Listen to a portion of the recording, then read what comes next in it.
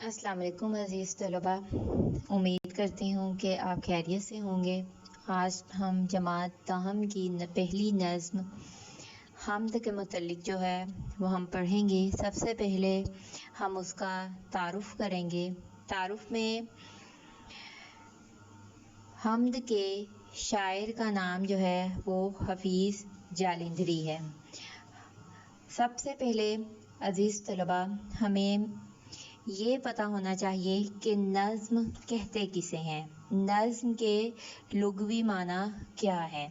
نظم کے لغوی معنی ہے ایک لڑی میں پرونا، یعنی کہ جیسے تسبیح ہوتی ہے اس کو ایک لڑی میں پرو دیا جاتا ہے، یعنی منظم کرنا۔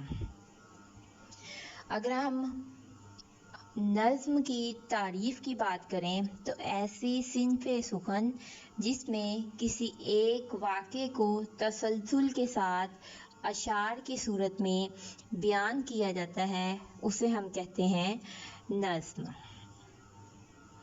اس کے ساتھ طلباء ہمیں یہ بھی جاننا ضروری ہے کہ حمد کسے کہتے ہیں، حمد کے لغوی معنی کیا ہے۔ پہلے میں نے عزیز طلباء آپ کو نظم کے متعلق بتایا کہ نظم کے لغوی معنی کیا ہے۔ اب ہم حمد کے لغوی معنی کے متعلق جانتے ہیں۔ سب سے پہلے ہمیں یہ پتہ ہونا چاہیے کہ حمد کس زبان کا لفظ ہے۔ حمد عربی زبان کا لفظ ہے جس کے لغوی معنی ہے تعریف کرنا، یعنی کہ اگر ہم حمد کی تعریف کریں تو ایسی صنف سخن جس میں اللہ تعالیٰ کے اوصاف اور اس کی بزرگی کو بیان کیا جائے اس کو ہم حمد کہتے ہیں۔ یہاں تک تو ہمیں یہ پتہ چلا کہ نظم کسے کہا جاتا ہے اور حمد کسے کہا جاتا ہے۔ عزیز طلباء، اشعار کی تشریح کرنے سے پہلے ہمیں کچھ شاعر کی زندگی کے اہم نکات کے بارے میں جاننا ضروری ہے، کیونکہ بورڈ میں یا تو تعارف میں سے کثیر الانتخابی سوالات یا مختصر سوالات کی صورت میں یہ سوال جو ہیں پوچھے جاتے ہیں۔ حمد کے شاعر کا نام ہے ہمارے پاس حفیظ جالندھری۔ عزیز طلباء، میں نے آپ کے ساتھ ایک سلائیڈ جو ہے وہ شیئر کی ہے، آپ اپنی بک سے بھی اس کو ٹیلی کر سکتے ہیں اور اپنی بک پہ جو ہے وہ آپ جو میں آپ کو بتا رہی ہوں اس کو آپ نے انڈر لائن کر لینا ہے۔ شاعر کا نام ہے حفیظ جالندھری۔ حفیظ جالندھری جو ہیں، سب سے پہلے ہمیں یہ پتہ ہونا چاہیے کہ ان کا سب سے عظیم کارنامہ جو ہے وہ کون سا تھا۔ پاکستان کے ترانے کے خالق تھے۔ یہ سب سے عظیم کارنامہ حفیظ جالندھری کا تھا۔ محمد حفیظ ان کا نام تھا اور حفیظ جو تھا وہ تخلص تھا، یعنی اصل نام جو تھا وہ ان کا محمد حفیظ تھا اور قلمی نام جو تھا وہ ان کا حفیظ جالندھری تھا۔ اب ان حفیظ جالندھری نام جو تھا وہ ان کی شہرت کی وجہ بنا، اور ان کو جالندھری کیوں کہا جاتا ہے؟ کیونکہ یہ جالندھر کے رہنے والے تھے، ہجرت کر کے پاکستان آئے، کیونکہ جس علاقے میں انسان رہتا ہو اس سے نسبت ہو جاتی ہے اور اس نسبت سے انسان کو جو ہے وہ جانا جاتا ہے۔ مثال کے طور پر میں آپ کو مثال دیتی ہوں کہ اگر میں لاہور میں رہتی ہوں تو میں کہوں گی کہ میں لاہوری ہوں۔ 1900 میں یہ پیدا ہوئے اور 1982 میں ان کی وفات ہوئی۔ ابتدائی تعلیم انہوں نے جالندھر سے حاصل کی۔ گھریلو حالات ان کے سازگار نہ تھے۔ سازگار کا مطلب ہوتا ہے اچھے نہیں تھے، یعنی گھریلو حالات جو تھے وہ ان کے ٹھیک نہیں تھے، اس لیے تعلیم ادھوری رہ گئی۔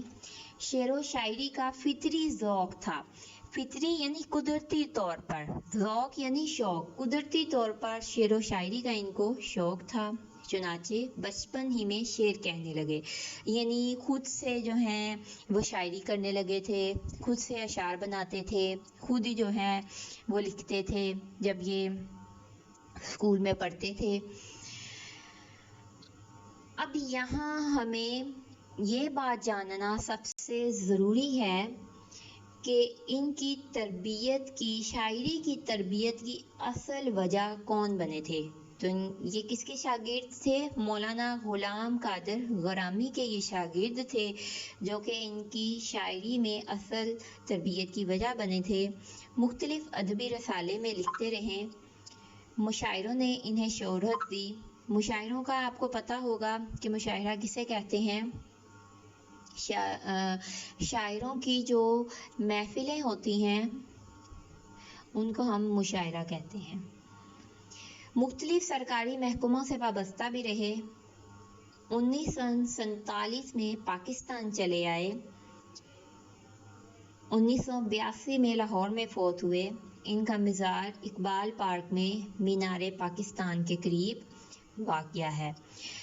अज़ीज़ तलबा, यहाँ तक हमारा एक पैराग्राफ जो है तारुफ का मुकम्मल हो रहा है। तो इस एक पैराग्राफ में से आपको बहुत सारे कसीरुल इंतखाबी सवालात जो हैं वो पूछे जा सकते हैं बोर्ड में। मिसाल के तौर पर आप ये अंडरलाइन कर लें, हफीज़ जालिंधरी कब और कहाँ पैदा हुए? हफीज़ जालिंधरी का असल नाम क्या था? हफीज़ जालिंधरी ने शेर व शायरी का शौक़ कब से रखते थे? हफीज़ जालिंधरी किसके शागिर्द रहे? हफीज़ जालिंधरी पाकिस्तान कब आए? इनका मज़ार कहाँ वाक़या है?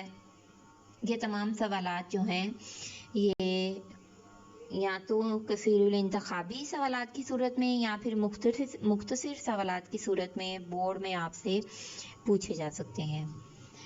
दूसरे पैराग्राफ में से आपने बेटा जो जो चीज़ें याद रखनी है वो मैं आपको वो भी साथ ही क्लियर करती हूँ कि ज़ुबान की सफाई और सादगी, सोज़ो गदात और मौसीक़ियत इनकी कलाम की नुमाया ख़ुसूसियत हैं, नुमाया खूबियाँ हैं। यानी जिस अंदाज में ये शेर व शायरी करते थे, क्योंकि बचपन से शेर व शायरी करने का शौक़ था, जिसकी वजह से इनकी ज़बान में रवानगी भी बहुत ज़्यादा थी शायरी के हवाले से, और जिसकी वजह से इनको ये भी बहुत अच्छी तरह से मालूम था कि मुशायरों में बैठ के शायरी जो है वो कैसे करनी है, इशार जो है वो कैसे पढ़ने हैं। क्योंकि ये हमने ऊपर पढ़ा बेटा कि क्योंकि ये मौलाना ग़ुलाम कादिर ग़रामी के शागिर्द रहे थे। मैंने आपको पहले भी बताया बेटा कि पाकिस्तान इनका सबसे बड़ा अजीम कारनामा था कि पाकिस्तान के तराने के खालिक थे। यहाँ भी देखें उन्होंने लिखा हुआ है कि पाकिस्तान का कौमी तराना इनकी एक बाइसे फ़ख्र तख्लीक है। इन्होंने बहुत सी कौमी नज़में भी लिखी हैं।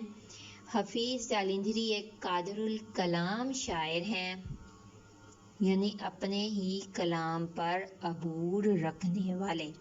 उन्होंने मुख्तलिफ इसनाफ़े सुखन यानी कलाम को कहा जाता है, इसनाफ़ यानी मुख्तलिफ किस्म का कलाम इन्होंने पढ़ा था। उसमें इन्होंने तबा आजमाई की थी। तबा आजमाई का मतलब होता है अपने आप को आजमाना, बार बार एक ही चीज़ पे अपने आप को आजमाना। यानी इन्होंने गीत भी लिखे थे, इन्होंने मसनवी भी लिखी थी, इन्होंने गज़लें भी लिखी थी और इन्होंने नज़में भी लिखी थी। आगे इनकी मुख्तलिफ किताबों के नाम हैं। शाहनामा इस्लाम, पहली किताब इनकी शाहनामा इस्लाम है, जो कि सबसे मशहूर किताब थी। दूसरी इनकी कुतुब हैं तलख़ाब शीरी, सोत व साज़, हफीज़ के गीत, हफीज़ की नज़में, चिमटी नामा। यहाँ तक अज़ीज़ तलबा हमारा आज का तारुफ जो है वो मुकम्मल होता है। उम्मीद करती हूँ आपको समझ आ चुकी होगी, लेकिन फिर अगर किसी भी चीज़ की आपको समझ نہ آ رہی ہو تو آپ مجھے کمنٹ باکس میں جا کے کمنٹ کر کے پوچھ سکتے ہیں۔ ملتے ہیں کل اشعار کی تشریح کے ساتھ اور ایک نئے جذبے کے ساتھ۔ تب تک کے لیے اللہ حافظ۔